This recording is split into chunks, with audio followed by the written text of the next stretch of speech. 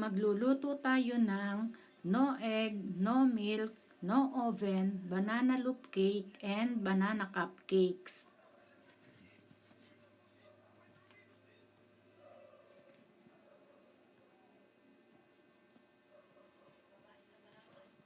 Ito yung gagamitin kong saging. Kailangan overripe ang saging.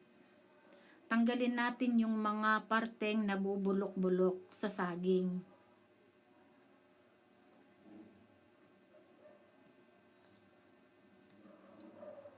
Ayan o, may mga bulok na parte. Tanggalin natin lahat yan.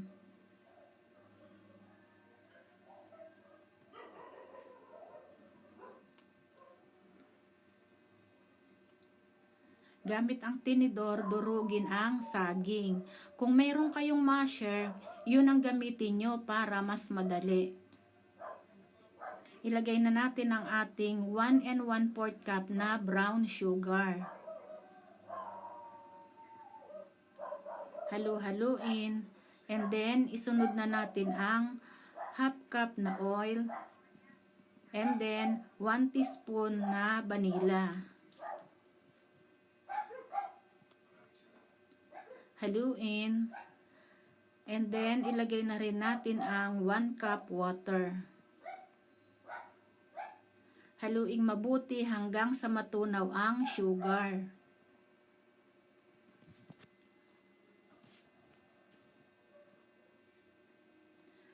Ilagay na natin ang ating all-purpose flour. Ang ating all-purpose flour, 2 cups yan. Salain para mawala ang buo-buo.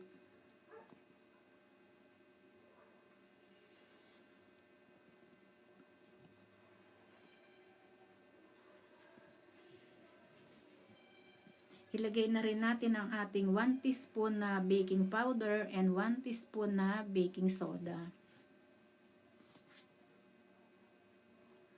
Halu-haluin hanggang sa wala nang nakikitang puti na harina.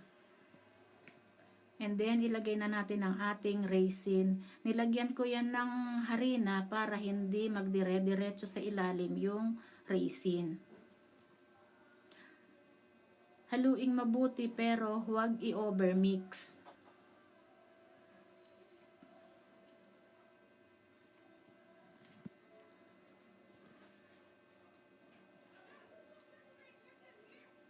Ito ang gagamitin kong loaf pan. Nilagyan ko na yun ng parchment paper and then binras ko ng oil.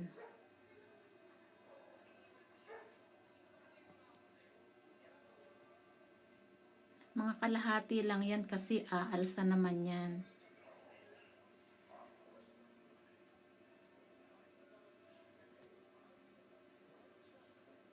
Lagyan na natin ng raisin. And then, cashew nuts.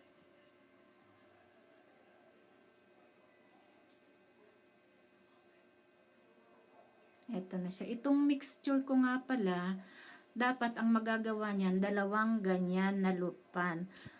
Kaya lang, yung natitira, gagawin nga natin na cupcakes.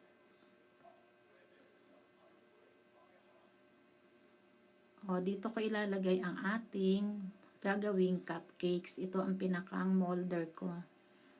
Gumamit ako ng measuring cup para pare-pareho ang laki.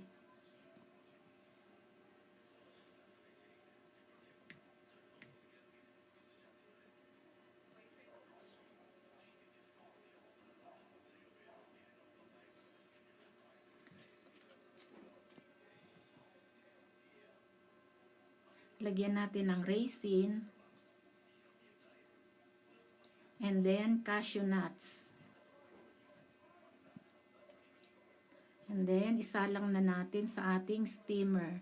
Ang steamer natin, kailangan kumukulo na siya bago natin ilagay ang ating cupcakes. Dito naman natin lulutuin sa kaldero yung ating banana loaf cake. Kailangan napainit na natin ng 5 minutes yung ating kaldero bago isalang. After 30 minutes, mag-toothpick check tayo.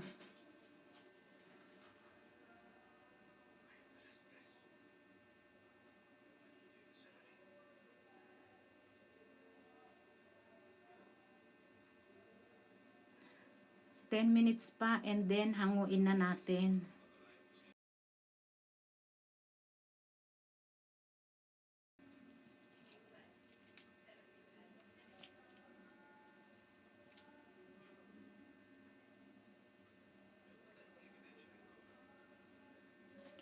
Ito na yung ating banana cupcakes na niluto sa steamer. And then, ito naman yung ating banana loaf cake na niluto sa kaldero. Palamigin muna natin bago i-unmold. Ito na, tanggalin na natin sa molder. Tanggalin na rin natin yung ating parchment paper. And then, slice na natin para makita natin yung loob.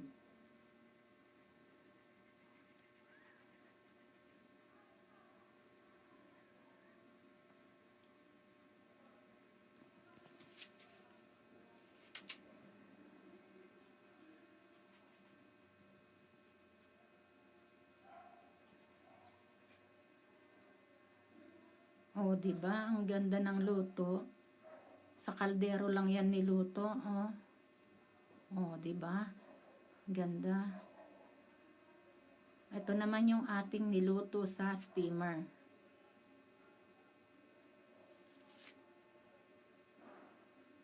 Oh, 'di ba? Ang ganda. Hindi mo akalain na sa steamer lang niluto 'yan. Oh. 'Di ba? Ganda, oh. Oh. Sarap pa. Oh, hindi na natin kailangan ng oven, sa kaldero lang at sa steamer, makakapagluto na tayo ng masarap na banana cupcakes at banana loaf cake. Thank you for watching.